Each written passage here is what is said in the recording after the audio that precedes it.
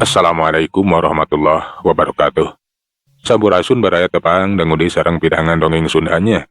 Urang ngadongeng di urang neraskeun hanca dongeng anu katunda kalayan ngabantun nyecer Tarius Jawara di Gunung Halimun. Atanapi si Bedog Gerombang. I dongeng teh karangan mang nyalira sok sanaos dongeng basajan, malah mandar jan dan hiburan. Atuh kabaraya anu satya manco kan dongeng mang di mana we ayana mugia. Sadayana aya dina kasehatan lahir sendarangan batin, dilalancarkeun sagala rupinanya tong hilapi rojong, ditaroelan temowal sukrep-sukrep. Atuh mang oge nganuhunkeun pisan kanu parantos selai koge komen. Mangga mitra, supados senyang kolong ting kana waktos urang sami-sami dangukeun iku matrasna ieu carita Jawara ti Gunung Halimun atanapi si Bedog Gerombang. Sok kaparayun sadayana.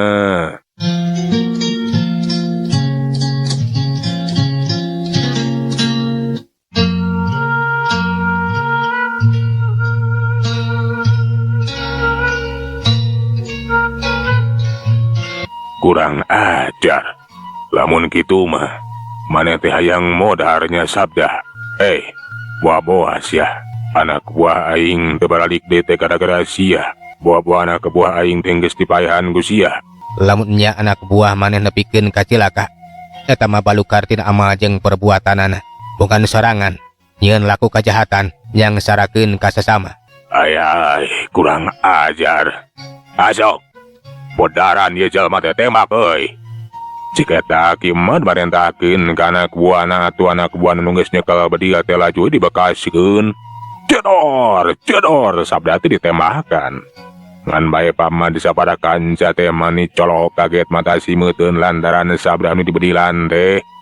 Manehna teh nakisan tiap pelor anu pating harieng pating belesur. Murek nyasarkan awak teh tadawe ditakis ku bedogna. Lang meni pating kuburicak pating buri nyai. Gorombolan anu nembak teh beuki panasaran malahan malain saurang dua urang aya kana tilu urang na cedor pating balesat teh pelor terek nyasarkan awak sabda. Sajorelat sabda teh kejorelatan nyingkahan eta pelor. Bari jeung ditada deui ku si Rombang.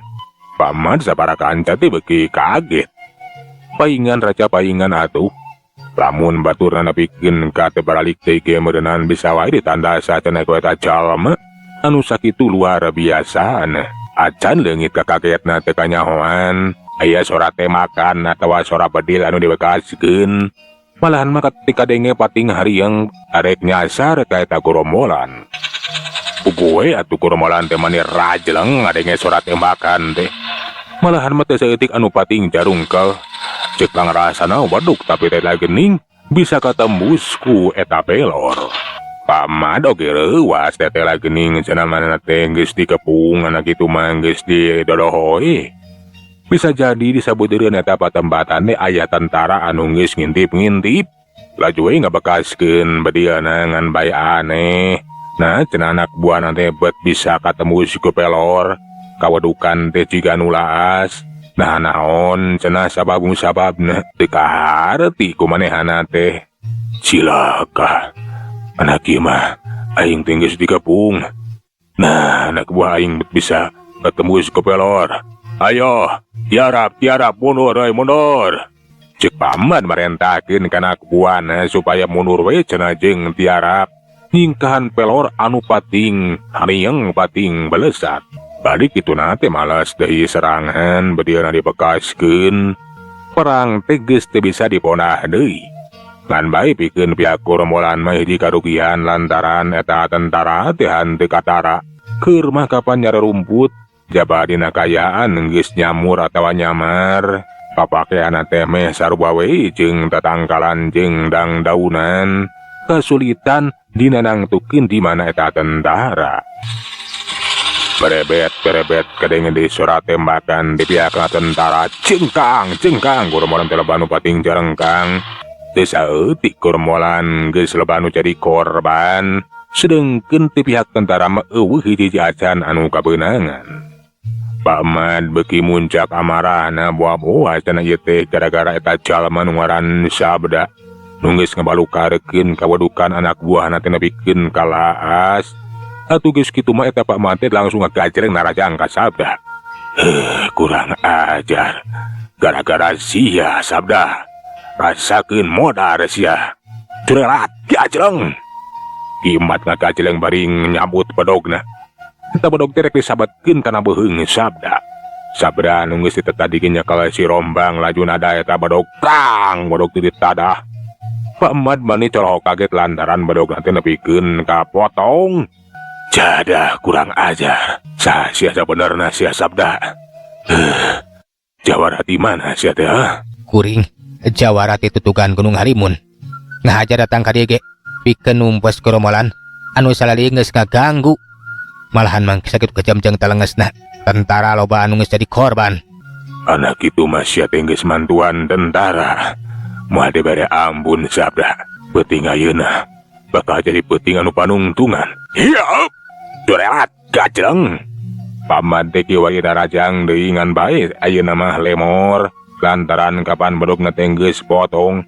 Tapi najan lemor henteu make pakarang. Panarajang Kimat teh sakitu ngabahayakeun lantaran leungeunna teh geus dieusi ku aji kasakten. Sabda basa mireungeuh panarajang musuh anu sakitu hebatna. Kentak atuh ngasupkeun bedog si Rompang kana warangkana. Geus kitu mah eta panarajang teh ditadah make dampaleunna. Geduk deus jarek-jarek. Luarana teh pating jarek-jarek kan bae paman teh mendengar anjuk kaget lantaran tetela tenaga jero musuhna teh leuwih unggul batan dirina. Tetela ieu jelema nu ngaran sabda teh lain jalma sambarangan. Tenaga jerona luar biasa, tapi aing si Emad moal arek eleh ku jalma pantar si sabda. Ceuk Emad najan eleh dina tenaga jero oge cenah manehna teh yakin kana kamampuanana. Atuh geus kitu mah ngawatek deui ajianana. Awak Kimat pating galatar. Seak Kajleng hiu. Beureup teh ngahiuk bangbaraan. Sabda henteu cileureun. Beureup anu ngahiuk bangbaraan nu rek ngagebrok kana careham teh laju disingkahan ukur miceun beungeutna saeutik. Plos atuh beureup teh nyamos. Ngan bae Pak Ahmad ge harita teh kajigana wae ukur ngayakeun serangan tipuan. Lantaran sanya nama sukuna anu katuhu anu rek ngajejek kana iga burung sabda. Sabda kapaksa atuh kudu ngagajeleng ka tukang curat Kajleng plos. Mireungeuh musuhna kalaka ngagajeleng ka tukang. Ki Emad ge henteu cicingeun laju nusul tebus panarajangna. Jurus-jurusna beuki ampuh, daya panarajangna beuki garang. Lamun seuk jago biasa mah teh geus kawalahan atuh. Tapi kangaranan sabda muridna Ki Jatmika, hiji jawara anu geus kasohor. Jawara anu geus kawentar gagas sakti mandraguna yang hareupan Ki Emad oge pikeun sabda mah henteu heseun atuh dina nyingkahan sakabeh panarajang Ki Emad. Malahan mah kiwari sabda malesna rajang curelat. Kiwari sabda geus aya sakikireun Ki Emad. Hiu. Beureup teh arek dihantemkeun kana pueuh ceuli Ki Emad. Tapi Ki Emad gancang ngalapkeun hawakna plos atuh ngaplos ngan orokaya. Beureup kenca sabda beunang ngajebrod kana careham Ki Emad. Jebrod. Tapi Ki Emad teh sakitu hebatna. Henteu nepikeun karubuh.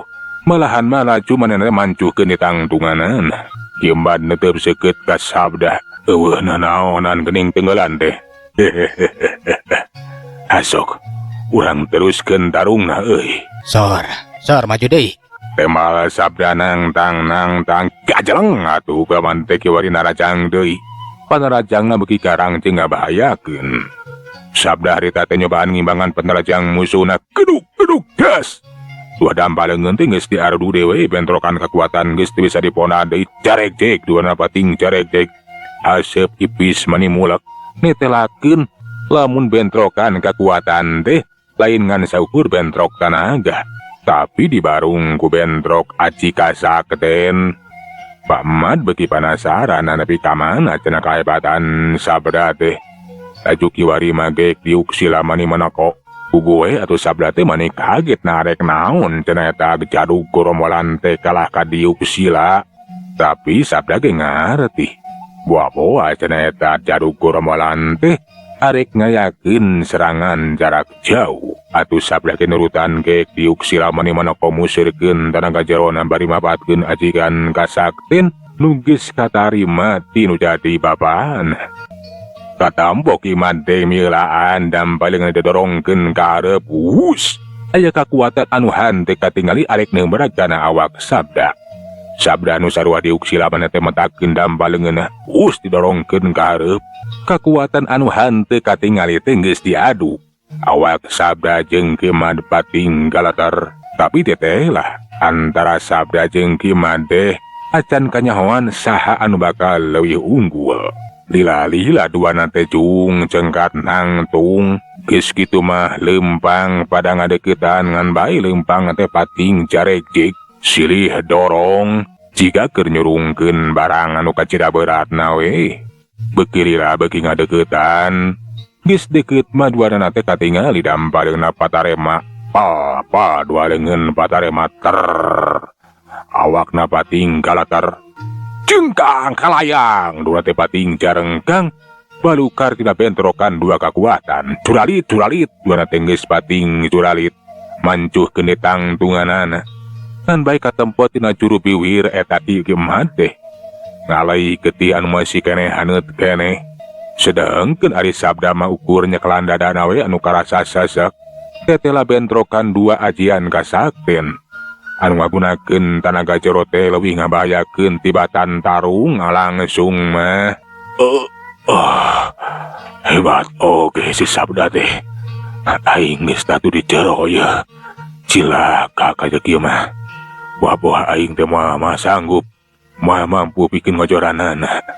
Kumaha ari geus kieu. Tapi sapiraku aing kudu mundur mah. Sapiraku aing kudu ngejat mah cadut teuing. Abi hadeh hancur lebur. Ajal binasa. Tibatan kudu serabongkokan mah. Jika nama Kimad teh ngajak tarung anggeus-anggesan. Najan maneh nanggeus dina kayaan tatu di jero oge. Masih kena maksakeun tuh. Nyampeurkeun ka diarek narajang di ka aing. Enya kapaksa ieu mah. Ku aing kudu diberesan. Seret atuh Sabda teh kiwari manggeus ngalugas pedogna si Rompang teh kiwari manggeus dicekel. Tangaranan lamun Sabda geus ngaluarkeun si Rompang. Si Rompang geus kaluar tina warangkana. Tang tuwe pasti wae bakal aya korban anu ngalayang. Kalayang Kimad teh narajang awakna ngalayang jiga nu hiber we rek nyamar ka Sabda. Sakilat Sabda teh metakeun eta badog si Rompang. Kolebat. Si Rompang ngalebat disabetkeun ka Kimad. Kimad sakilat bener ngakiwarkeun panajang eta bedog. Tapi Sabda henteu cicingeun. Awakna jika anu kabawa ku tenaga bedog nyusul ngudag-ngudag ka mana Kimad ngakiwarna. Balukarna pohara da eta we atuh bedog teh kiwari mah beunang pisan nyabet kana beuheung Kimad. Seret. Gebru Kimad teh nepikeun ka gebru dina kayaan beuheungna teh geus tatu. Untung we hanteu nepikeun ka sahabat. Kimad ngajurung kunung mancuh ke tangtungan barinya kalan beuheungna. Sabda, asok sia. Urang teruskeun tarungna deuleuh. Aing acan modar, keur aing mah modar ge taya bayana. Aing bakal asup surga deuleuh. Lantaran aing ngejihad. Jihad ieu teh deuleuh sia. Sia kafir kudu modar. Anu kafir mah maneh sia. Kafir teh hartina geus katutup. Geus katutup tina kabeneran. Geus katutup tina kasadaran. Cik atuh mikir. Nah bener tak paham sia teh. Kapan sia teh sadar ieu. Geus maehan rahayat anu teu teuwah teu dosa. Geus marangan ka pamarentah anu geus buka kadaulatan. Lain jihad deuleuh. Tapi sia memakar. Nyeun-nyeun karuksakan. Ngaganggu karahayat. Tangtu maneh teh bakal paeh marakayangan sia. Lain asup ka surga deuleuh. Tapi aya dina nar kasarad. Kaseret ku hawa nafsu. Gandeng sia kafir. Rasakeun kurang ajar. Seak gajleng Kimad teh maju dina rajang kawasna bae geus teu mikirkeun naon-naon. Najan kudu nepikeun ka ajal binasa ge taya bayana. Basa peureup Kimad arek nyuruwuk rek nyamar kana carehan ku Sabda teh disabat we atuh ku bedogna. Uguh we atuh pikelang leungeun Kimad teh nepikeun ka sapat leungeunna puntung. Getih awor-aworan kimah dari tate manehna teh manik katempo pikawatireun. Malahan mah kiwari geus katempo ngakoler dina kayaan ribu. Panonang geus burial buncelik keur mulan we jiga anu keur sakarat awal. Sabda laju ngadeukeutan ka eta paman. Hampura, kuring teu boga maksud niat ngabinasa, tapi bongan sorangan atuh. Bongan teu serah bongkokan, sadar kana kasalahan. Ayeuna waktu geus samporet. Anggur masuk geura babalik pikir, geura istighfar, geura sadar kana kasasaran diri. Tapi dikitukeun ku sabda ti kemah teh kalah kawalah wah wuluh we jiga anu kasurupan. Alah, iya, tiris. Ai, gimana? Gancang eling, gancang istighfar. Sok, geura tuturkeun. La ilaha illallah. Panas. Alik. Kawasna bae najan ditalakinan ku sabda oge eta kiman teh handeng ngadenge. Ceulina jika anu geus aya nu nyocokan, pon kitu deui panampona teh geus samara paningali. Geus teu pararuguh deuleuan, malahan beuki lila beuki burial pun jelik. Lesuai atuh ki emat teh ngalepaskeun napas anu panungtungan. Sabda ukur molok we mata si meuteun teu nyangka. Bakal nyaksian eta jaruk kuromolan nebikeun ka acal binasa. Peureujeung kaayana teh matak geutir atuh ningalina oge. Paeh dina kayaan teu eling teu sadar ka pangeran kapan ditalkinan oge henteu ngadenge. Sabda ukur ngusap beungeut bari istighfar. Astagfirullahaladzim, teu nyangka geuning. Aing teh kudu nyaksian paehna eta jaduk gorombolan. Sakitu ku aing ditalkinan ge henteu ngadenge. Paingan cek Abah. Cek si Abah teh ari talkin teh ditelak-telak sing kudu yakin. Nalak-nalak sing kudu yakin teh sanyana mah memeh paeh. Lain geus sakarat kitu mah kapan biheung teuing. Biar ku aing kasaksian bener. Paklam anahu la ilaha illallah. Paham kana la ilaha illallah teh kudu memeh paeh saacan sakarat. Tangaranan geus sakarat mah geus sakar dina kayaan mabok. Kapan bieu oge ditalkinan kaya hartina. Bener. Jadi keueung kaya kieu mah. Keueung tuh Gusti. Nenda pangapunten jisim abdi. Tina rurupi-rupi dosa. Oge kakirangan jisim abdi anu salami ieu sering ngahihilatkeun ka anjeun. Geus kitu mah sabda teh merhatikeun ka sabudeureun eta patempatan teteh lah. Goromolan geus pating golepak geus gempar bararaeh kabeh. Malahan mah tentara geus barariji tina panyumputanana. Sersan somantri ditaluturkeun ku anak buahna nyalembeurkeun we ka sabda. Barang red kahandap ngagoler jadukna eta karaman atau jadukna goromolan nu geus dina kayaan ajal binasa. Sersan somantri saparakan cage bunga. Lantaran beuting eta teh geus hasil numpes goromolan ti leuweung kolot. Heuleuh mitra waktosna parantos nyakapannya. Sagala urang tunda jajar carita jawara ti Gunung Halimun atanapi si badau kerompang dugi ka dieu. Urang teraskeun dina seri anu salajengna. Mang nuhunkeun pisan kana sadaya paratosanana. Atuh saheulanan mang undur. Assalamualaikum warahmatullahi wabarakatuh. Jag.